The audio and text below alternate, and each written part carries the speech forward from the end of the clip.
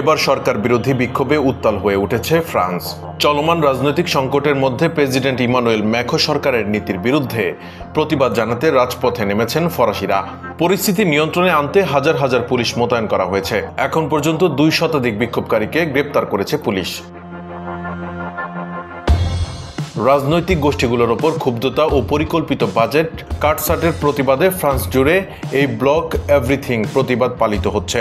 গতকাল বুধবার দেশটির রাজধানী প্যারিস সহ অন্য শহরগুলোতে বিক্ষোভরত প্রতিবাদকারীরা রাস্তায় রাস্তায় আবর্জনার বিনগুলোতে আগুন ধরিয়ে যানবাহন চলাচলে বাধা দিয়েছে আর কখনো কখনো পুলিশের সঙ্গে সংঘর্ষে জড়িয়েছে বলে রয়টার্স জানিয়েছে।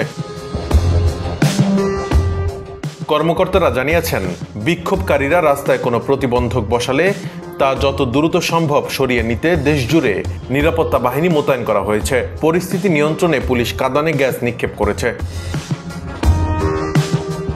দেশটির স্বরাষ্ট্র মন্ত্রণালয় জানিয়েছে, দেশজুড়ে পরিকল্পিত বিক্ষোভ শুরুর কয়েক ঘন্টার মধ্যেই প্রায় 200 জনকে গ্রেপ্তার করা হয়েছে।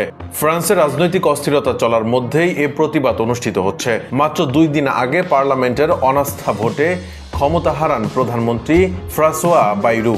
সরকারের ব্যয় কমানো এবং ঋণের বোঝা সামাল দেওয়ার পরিকল্পনার মধ্যেই ক্ষমতা হারাতে হয় তাকে। গত মঙ্গলবার প্রেসিডেন্ট ইমানুয়েল ম্যাখো 2 বছরেরও কম সময়ের মধ্যে 5ম প্রধানমন্ত্রী নিয়োগ দিতে বাধ্য হয়েছেন।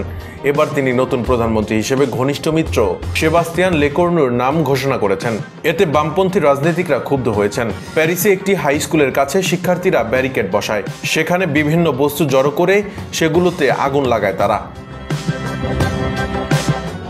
ফায়ার সার্ভিসের কর্মীরা জ্বলন্ত ওই বস্তুগুলো সরিয়ে নিয়েছেন। প্যারিসের পুলিশ জানিয়েছে, তারা শহরের বিভিন্ন স্থানে বিক্ষোভরতদের মধ্য থেকে 132 জনকে গ্রেপ্তার করেছে। পশ্চিমাঞ্চলীয় শহর নান্তে প্রতিবাদকারীরা জ্বলন্ত টায়ার ও বিন দিয়ে মহাসড়ক অবরোধ করে। এই শহরের একটি গোলচত্বর দখলের চেষ্টারত লোকজনকে হটাতে পুলিশ কাঁদানে গ্যাস ব্যবহার করে।